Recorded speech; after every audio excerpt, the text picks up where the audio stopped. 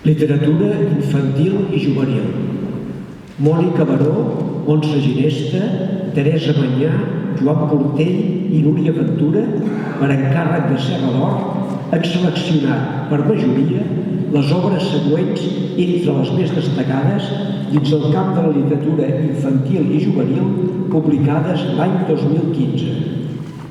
Premi Crítica Serra d'Or Infantil 2015, històries de Nasruddin, text de Khalil Bárcena i il·lustració de Mariona Cabassa.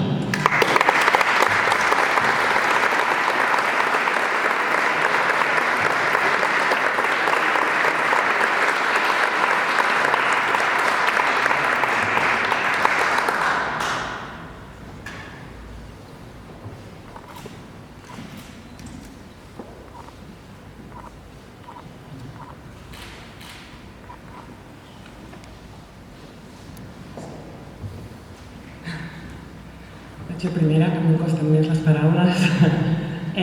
Vull donar les gràcies al Serra d'Or, evidentment, al jurat, a la Inés i a l'Ignasi de l'editorial Fragmenta, que crec que estan fent una molt bona tasca ara, des de fa poc, en el món de la literatura infantil i juvenil, també.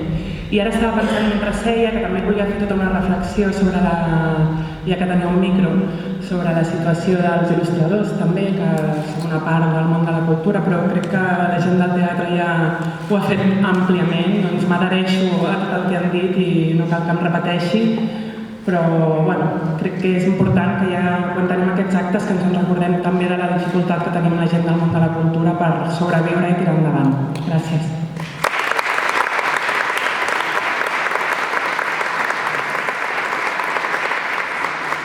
Molt bé, autoritats, amics i amigues.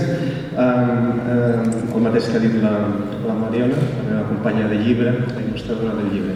Moltes gràcies a Serra d'Or per tota la tasca. La gent que ens estimem la llengua i la cultura del país estem molt satisfets i molt agraïts d'aquesta tasca.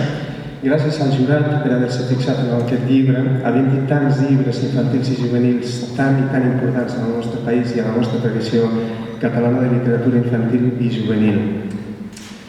Gràcies també, com no, als nostres editors, com ha dit la Mariona, l'Ignasi Moreta i la Inés Castelblanco, van creure en aquest llibre i van creure en aquest llibre també perquè fos el primer volum de la col·lecció Petit Fragmenta, la línia de literatura infantil i juvenil de Fragmenta Editorial. Moltes gràcies perquè, evidentment, un autor, un il·lustrador sense un editor no és res. Gràcies també, evidentment, a la família, a la meva dona que està per aquí, que és la que prepara el cafè turc de matinada per poder anar escrivint i anar tirant. Voldria també recordar i tenir un molt sentit recordatori pels narradors d'històries, pels contacontes de les ciutats molt estimades de Damasc i d'Istanbul, dels quals he après tant i que segurament alguna d'aquests narradors d'històries hi ha en el nostre llibre. Clar, evidentment també hem d'agrair aquest savi boig, aquest savi foll anomenat Nasruddin, que hagués existit, perquè sense ell, evidentment, les nostres històries de Nasruddin no haguessin estat premiades aquest any. El llibre és això, és un recull d'històries d'aquest savi foll, aquest savi que es fa al boig, i que crec que ens recorda quelcom que és molt important, que no només de pa i tampoc de circ viu l'home. Moltes gràcies.